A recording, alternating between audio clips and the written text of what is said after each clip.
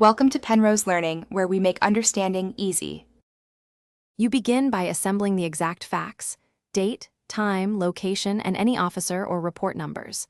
Once done, confirm which police agency handled the crash and open their online records portal.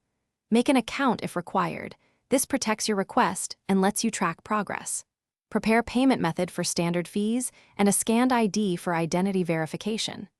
Doing these first steps now saves back and forth and speeds retrieval, because most systems require validated identity and precise incident details. Next, enter the incident data into the portal. Try the report number first, then names or the exact date range if that fails. Make sure fields are accurate. Small errors block matches. If the site asks, upload your photo ID or a signed authorization form and provide contact details for delivery. Proceed to payment. Many agencies accept card transactions online and confirm you agree to the disclosure terms. After submission, note any confirmation number and estimated delivery timeline so you can follow up if needed.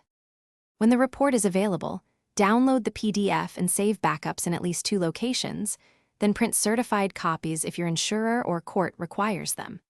If the online copy is unavailable or not accepted, request a mailed certified copy through the same portal or by phone. If you can't find the report or the portal shows no results, call the records division, provide your confirmation number, and ask them to search manually. This direct contact resolves many indexing or jurisdiction mix-ups quickly. Thanks for watching. If this was helpful, leave a like and consider subscribing. See you next time.